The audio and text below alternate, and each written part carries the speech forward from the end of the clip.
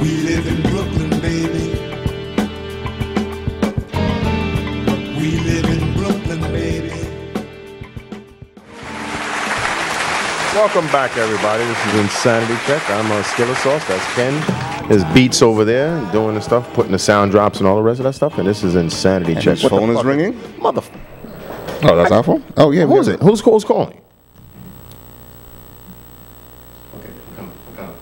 Huh? Who dares insult?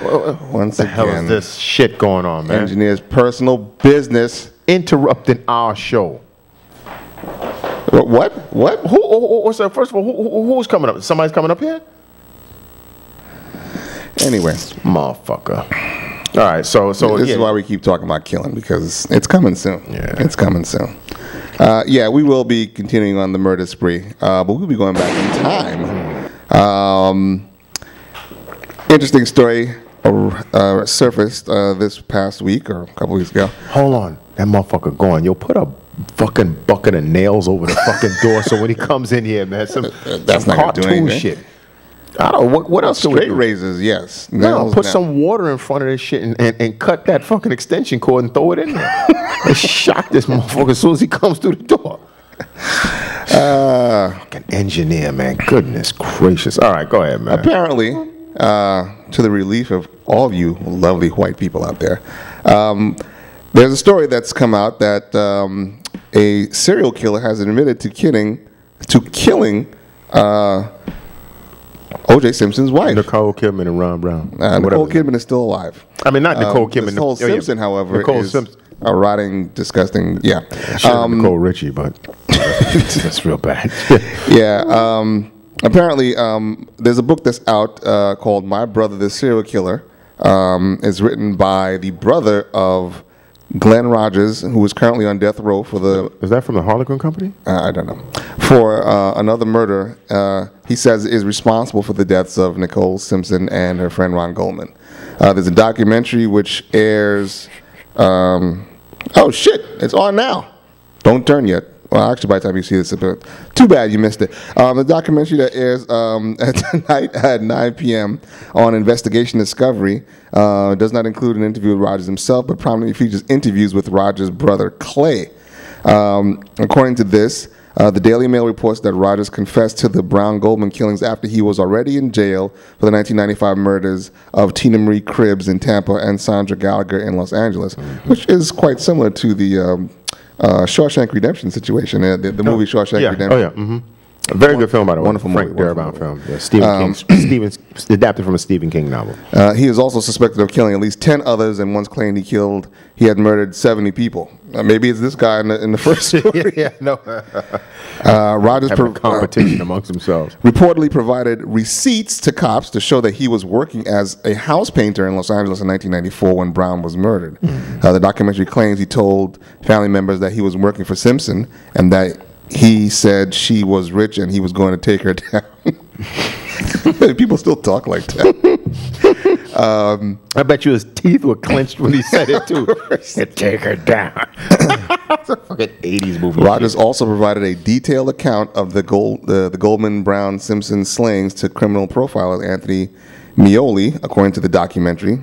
Cincinnati.com reports that Rogers also knew O.J. Simpson, who paid the killer to steal a pair of earrings from Nicole Simpson's house, according to Rogers.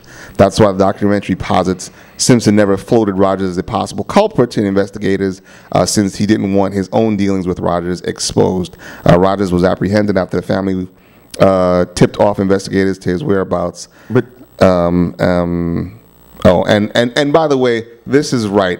His brother says, "I wasn't turning in my brother. I was turning in a serial killer." You know how many times I heard people, say, "Oh, my family member just slaughtered a school bus full of children. I wouldn't turn them in because it's my family." I'm sorry, you're going to jail. Well, it all depends, man, because I can't give away this season's Dexter, but they're going to talk about your own psycho family. No. But I was going to say also, they said this dude had details that were not public.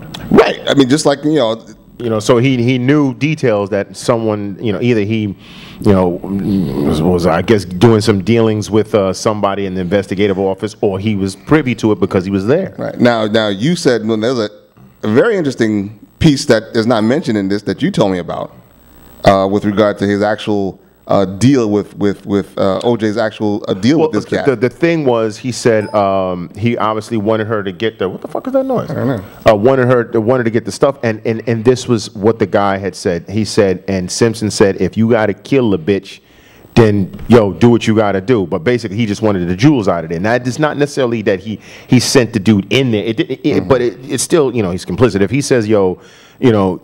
No matter how you slice it, if he told the guy to go in there to steal and said leave her alone, but the guy still killed her, Simpson still got it. You know, he still got to go down. You know, but the fact that that he said, if you got to kill the bitch, to go ahead. The bitch. The bitch. But the thing that I find interesting, if you believe this is true, if any caveat this is actually true, then it says that Johnny Cochran was more than just a showman. That he actually technically got the guy off, because the whole thing was they said he was the actual slicer and slasher, and apparently if this other dude is telling the truth, then the glove shouldn't have fit.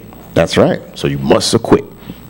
Rapping Johnny. I just remember that just reminds me of Seinfeld, even though I didn't watch Seinfeld, but that jive ass lawyer. Yeah. What was that dude's name? The dude that was Cosmo Creamer. It was fucking Greg Morris's son. Yeah. The black guy from Mission Impossible series in the 60s.